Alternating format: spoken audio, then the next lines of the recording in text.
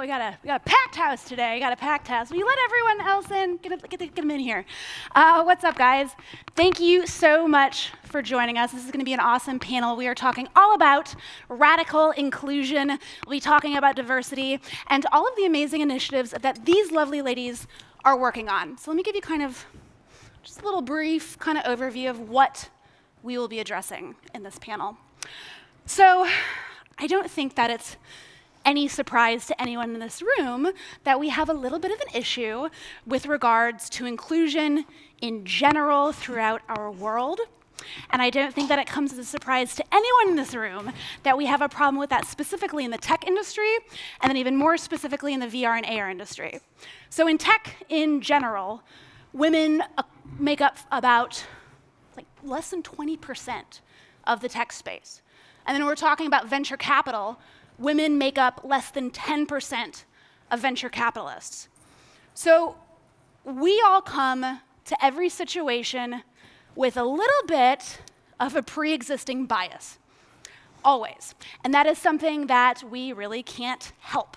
It's something we can be aware of, it's something we can mitigate, but we all come to the table with a little bit of a bias. We automatically identify with and react to people that look similar to us, that talk similarly, and so we automatically have a greater affinity for people that look like us, and that's just kind of how it's gone. So we need to be conscious of these biases in order to change the paradigm and shift the structure. So when you're looking at companies that are getting funded, if only 8% of venture capitalists are women and 90% of venture capitalists are men, it should come as no surprise to anyone that women-led companies have less access to funding and less access to resources. So that's the problem. That's the challenge, and that's what we're working against, right? So where's the opportunity? And we have an enormous one. And as this industry is very much in its formational stages, as the VR, AR industry, MR, immersive technologies, whatever you want to call it today, whatever acronym we're picking. For the immersive technology space, as it is in its nascent stages, we have an enormous opportunity to change this industry and make this industry the way the real world actually looks. And we don't need to repeat the mistakes of the tech industry in general and keep inclusion at a miserably low number. When I'm talking about the statistics of 20% women, 8% venture capitalist women, people of color, those statistics are even more abysmal. Those hover somewhere around 3 or 4%. And we can do better. And we have such an amazing opportunity at this point in time, as this industry is getting formed and as it is, we can actually make those changes. And so that's what these lovely women are working on.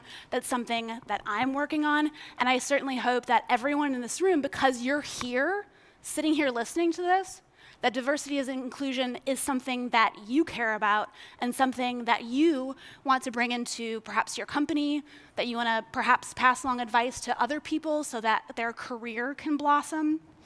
So I have Fernanda Herrera. And you know what, Ashara, I hope I don't butcher your last name, but my name is Malia. Did I introduce myself?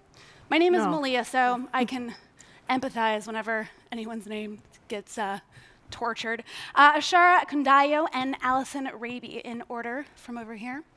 And we'll be talking about the initiatives that they're doing for diversity and inclusion, and we'll talk a little bit about some of the stuff that I'm working on as well.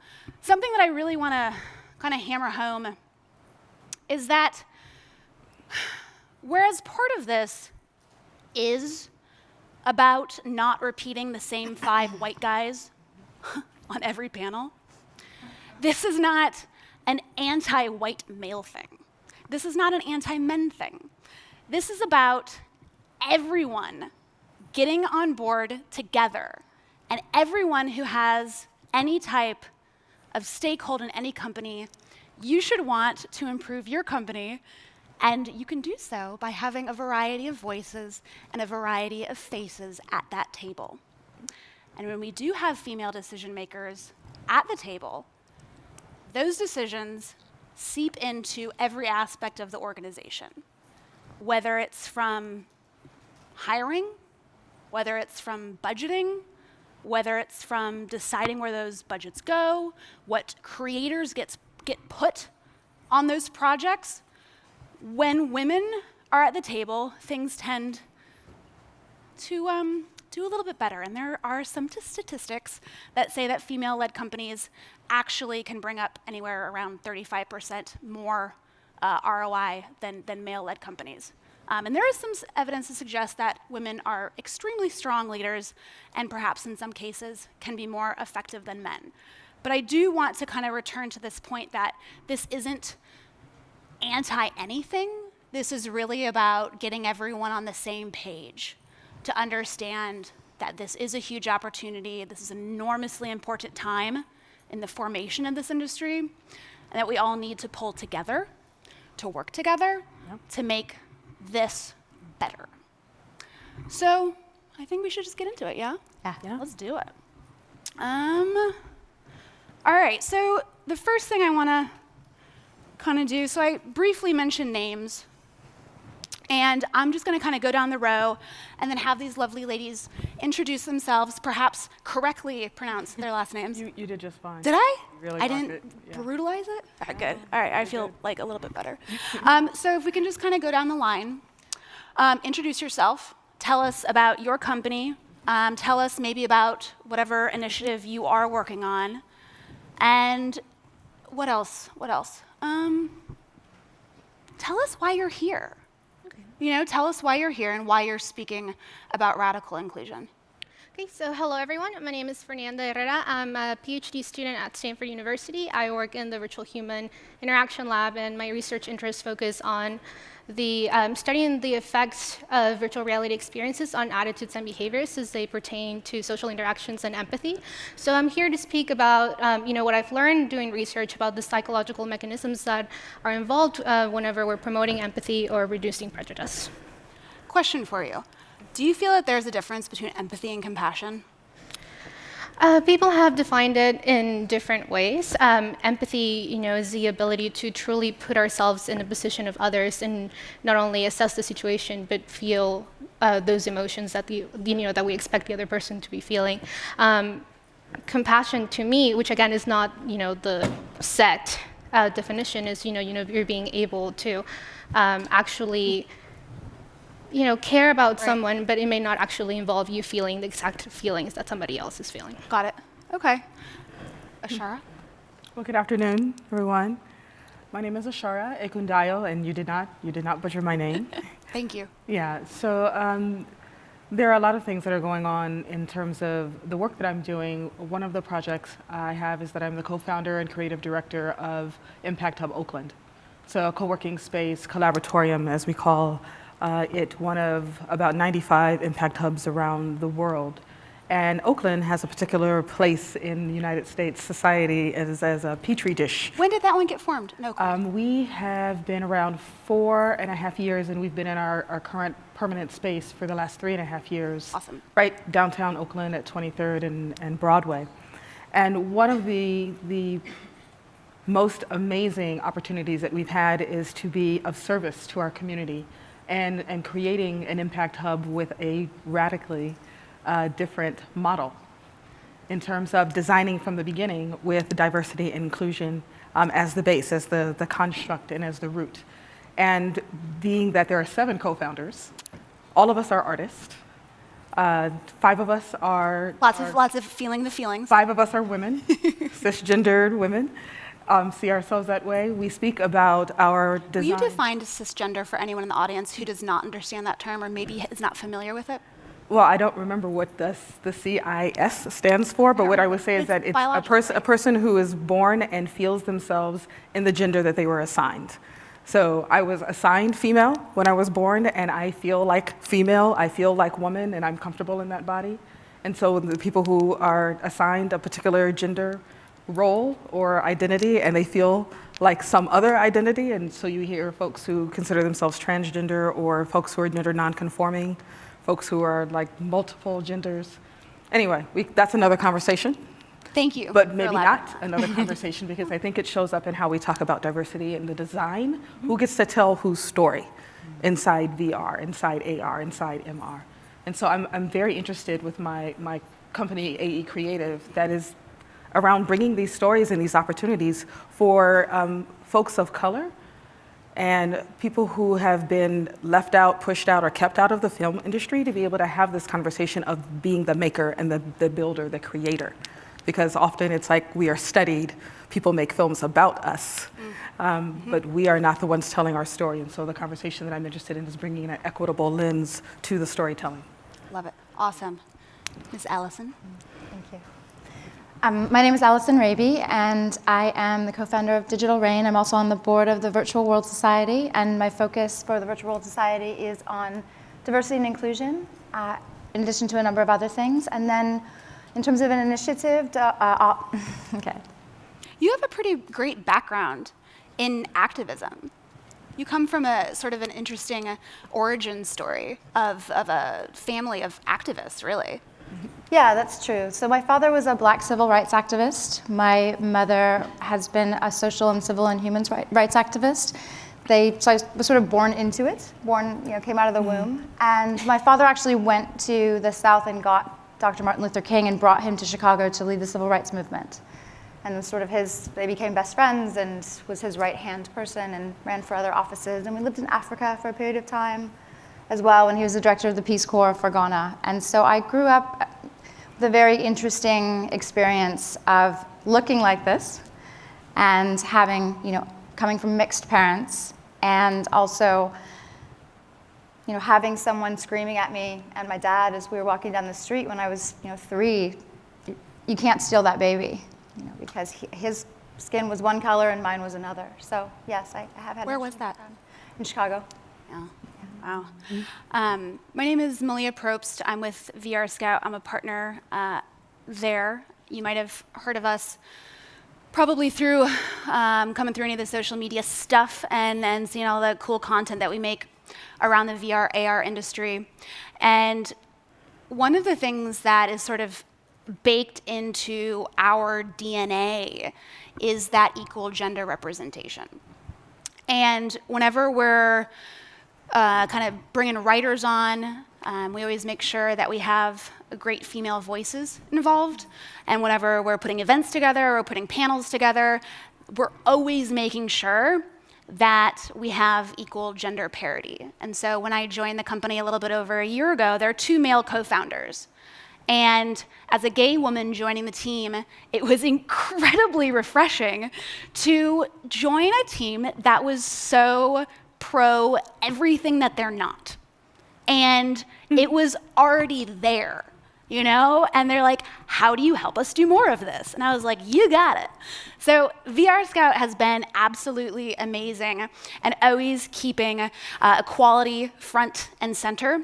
And an initiative that I'm very honored and VR Scout is super happy to be a part of is called Women in XR.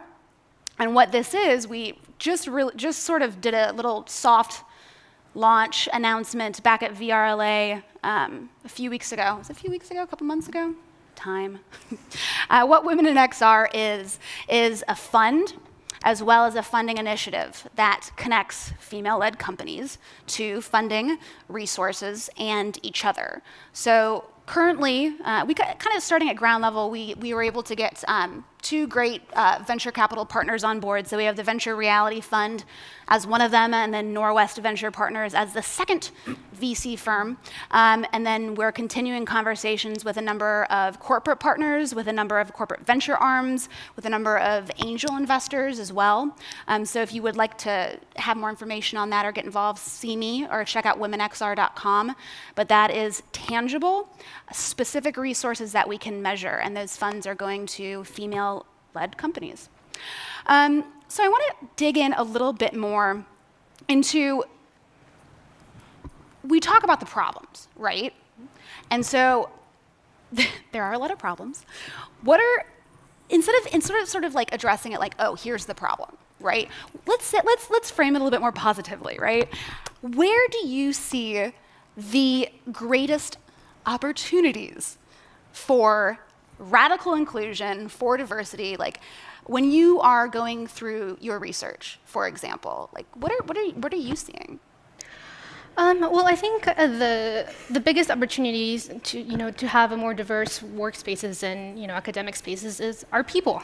We have to become aware, and I think whenever we become aware of the opportunities that we've had, and then also pay attention to the opportunities that maybe other people have had and other opportunities that maybe people have lacked, and then we truly start to think about what is my experience like compared to others, what is other people's experience like, and then we actually act on it, and we start thinking, okay, I had this opportunity, maybe I know this person didn't, I can provide that to them, and if we don't have the resources, then maybe we can share our experience, how we came over obstacles. Not all of us are in a position to hire people. Not all of us are in a position to have a budget that we can, have all these initiatives. But, we can all do something to level the playing field. And I think that starts with awareness, to battle not only stereotypes and misconceptions, but to actually have equal opportunity. Are you seeing, like, if I'm looking at this, like let's look at like content. Mm-hmm. So what are some, and I'm not familiar with sort of like the details of your research, but maybe you could kind of share with us some of the content that you've seen effective, or maybe methods that you've seen that have been effective in at least highlighting these biases and kind of bringing that awareness out. Well, I'll mention two of them, and it's been, the topic has been touched on before today, and that is, one of them is perspective taking. There's a lot of work in psychology done by Dan Batson, who has shown that whenever you take the perspective of somebody else, you're able to diminish stereotypes, and you're actually able to empathize with that person, and not only with that person, but with that broader group as a whole. So that's one of the main mechanisms that we're seeing, and that I'm actually using for my study. Mm-hmm. And then another one is Alport's contact theory. People, if we want to reduce prejudice, we have to put people in contact with the people that maybe they're prejudiced against. Okay. So I think, like if this is talking about the workplace, then it's like maybe people think, well, I've never worked with somebody like this. Maybe I won't, and there's certain biases involved. But if you actually give people the opportunity to work together, then they'll learn that everybody is able to mm-hmm. work together. Yeah. And then also research has shown that people tend to follow social norms. Right. So like your mention of your scout, you came in there and you already felt that it was established. Yeah, I didn't have to change any culture. Exactly. Yeah. So I think something that we can all do is become aware, and then actually start, if your workplace or maybe where you're at right now is not looking very diverse, and you like to make a difference, then start little by little, like bringing this up, speaking up, I think matters a lot. Yeah, I mean, how do you solve a problem without admitting you have a problem? Right. Ashara, what about you? Where do you see those biggest opportunities? The opportunities always begin with self. As far as we can point the finger, and as my mother would say, when you point the finger at someone else, there's three pointing back at you. Uh-huh. That. I love that saying. Thematic piece around that, and being present with your fear. So much of the conversation around how media impacts and informs society is based on who controls the story. Mm-hmm. So I will always return to, what is my story? Who wrote that story down? Where did I learn that story from? So if I believe that this group of people is not as smart or agile as that group of people, whether or not I have this unconscious bias, mm-hmm. if I am self-aware, if I'm paying attention and spending time with myself, my inner work, then I have the opportunity to say, I can turn that tape off. Mm-hmm. I can turn it off, I can take it out of the machine, I can stomp on it. I have the opportunity to change my attitudes and my behaviors, and sometimes that takes a really long time. And I get that is one of the ways in which people use AR and VR, is to I need to put this headset on so that I can feel empathy for someone else. And I call BS on that. I call BS. I call bullshit on and I do, and I understand. Why? Because I believe that we have the opportunity to heal ourselves. Right. I really do. And I believe that there's an opportunity to take this art form, this film industry, this film form, and to enhance that. Mm-hmm. But I believe that this is beyond just feeling empathy for mm-hmm. someone and being in a space of being in a mode of solidarity.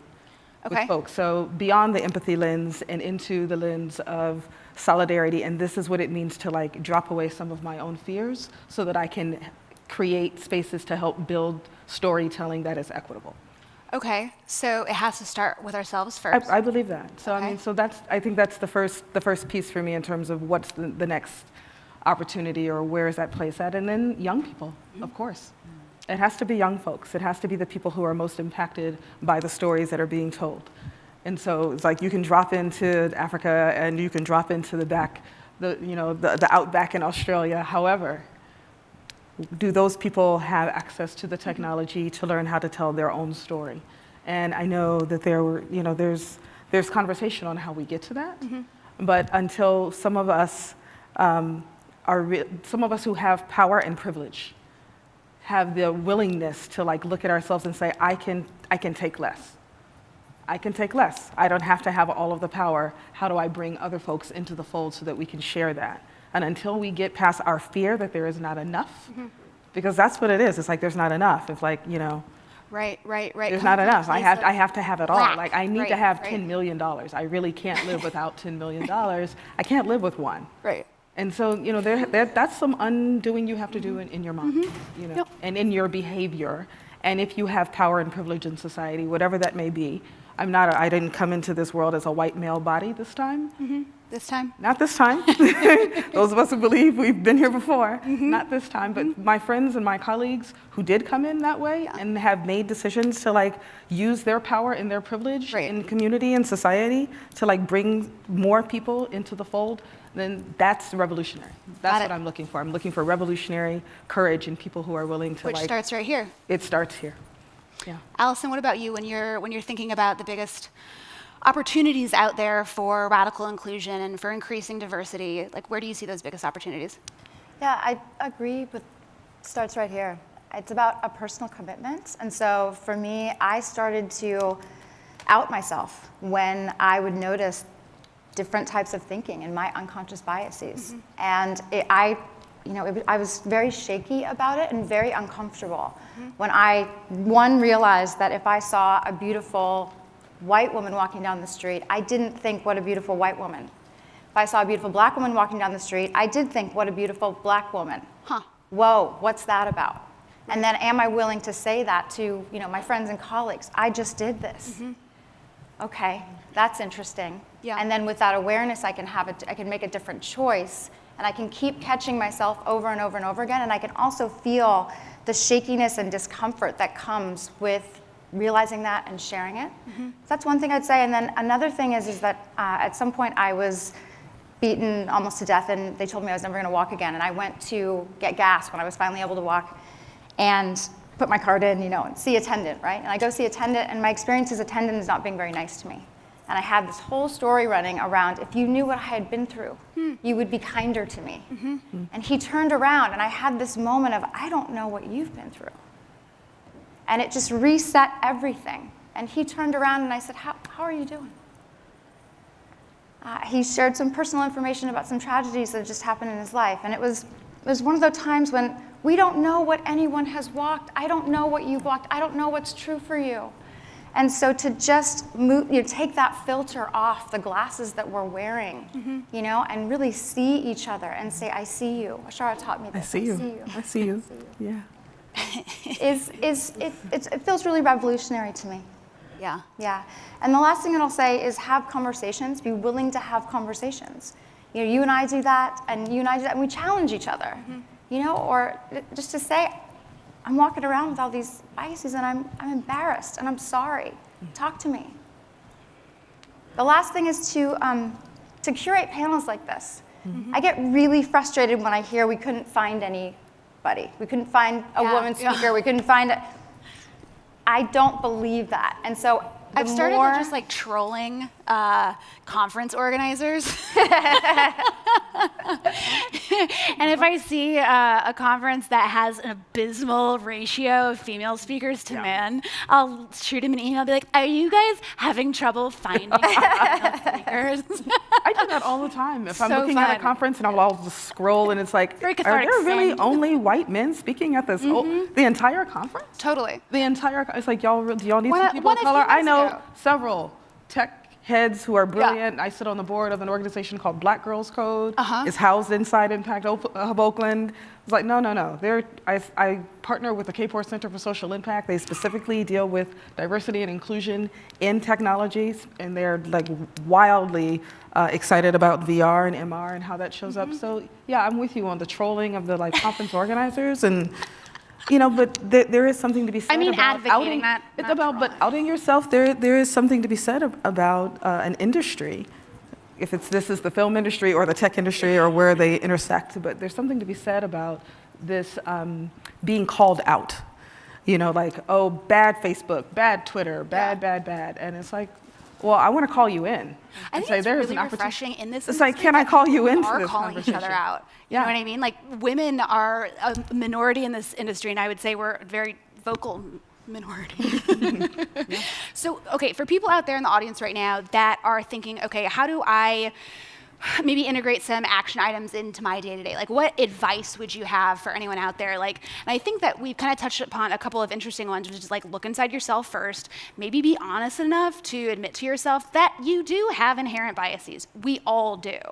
Like, what other advice would you have for people out there, how that they can start to not just wrap their heads around the concept of inclusion and diversity, but actually tangibly put that into practice, whether it's in their own career or perhaps in a company, if they are in a place of privilege where they can make hiring decisions? How would you comment on that, Fernanda? My advice would be, there's a couple.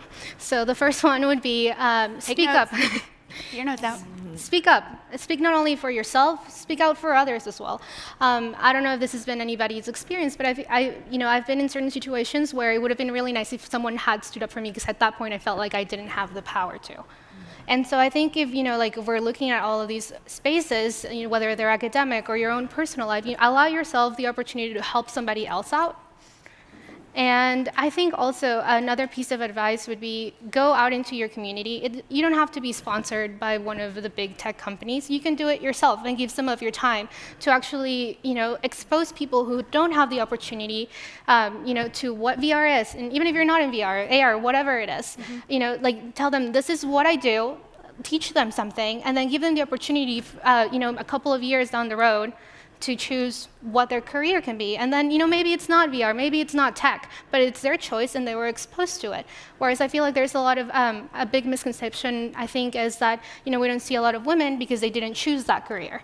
Or we don't see a lot of women because, they didn't want that path. I don't think that's necessarily it. I think it's, maybe they weren't exposed to it at the point where they were making those decisions in their life.